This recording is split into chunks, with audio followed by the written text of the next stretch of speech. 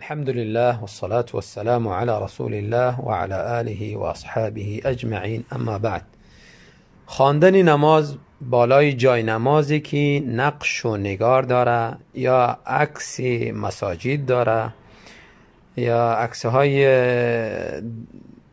تعمیرهای دیگری دو نقش و نگار کار شده باشه، بالای از این تو جای نماز خواندن اشکال نداره، نماز انسان میشه، اما بهتر نیست، چون بیشتر جای نمازهایی که نقش و نگار و بالای از او کار شده یا عکس داره و جز عکس انسان و حیوانات، اینا بیشتر انسان مشغول میسازه و از نماز انسان منصرف میکند، فکر انسان و توجه انسان از نماز منصرف میکنه. پس بهتر است انسان بالای تو جای نماز نخوانه.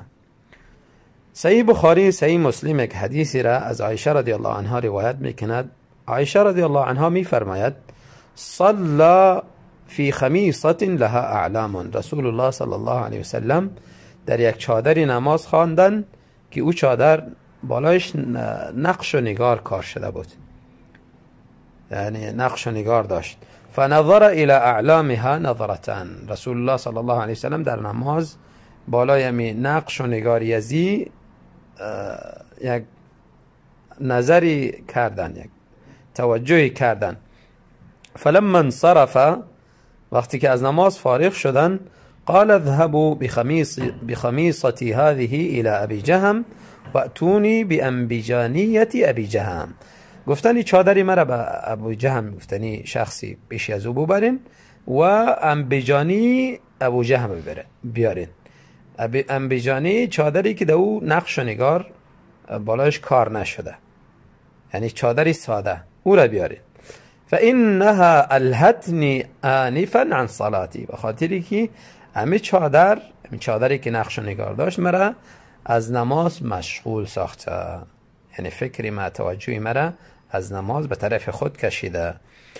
پس بهتر است انسان دیگر چادری که بالای از نقش و نگار کار شده یا جای نمازی که بالای از نقش و نگار کار شده یا عکسی کعبه داره یا عکسی مسجد نبوی داره یا مساجد دیگری یا عکس های دیگری بجز عکس حیوان و انسان که اصلا این نادرست است، حرام است این عکس ها را بالای جای نماز کشیدن و نماز دی درست نمیشه.